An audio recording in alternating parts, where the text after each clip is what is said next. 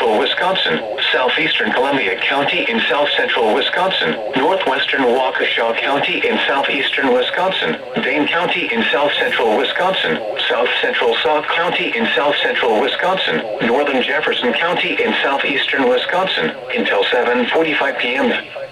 At 6:11 p.m., severe thunderstorms were located along a line extending from near Columbus to 8 miles northeast of Dodgeville, moving southeast at 25 miles an hour. Hazard, 60 miles an hour wind gusts. Source, radar indicated. Impact, expects damage to roofs, siding, and trees. Locations impacted include Madison, Sun Prairie, Fitchburg, Watertown, Middleton, Stoughton, Waunakee, Verona, Oregon, Jefferson, McFarland, Monona, Mount Horeb, Windsor, Lake Mills, Columbus, Dodgeville, Marshall, Waterloo, and Okoachee Lake.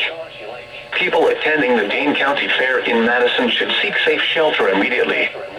This includes the following locations: Wisconsin State Capitol, Hydes Mill, and the House on the Rock. For your protection, move to an interior room on the lowest floor of a building.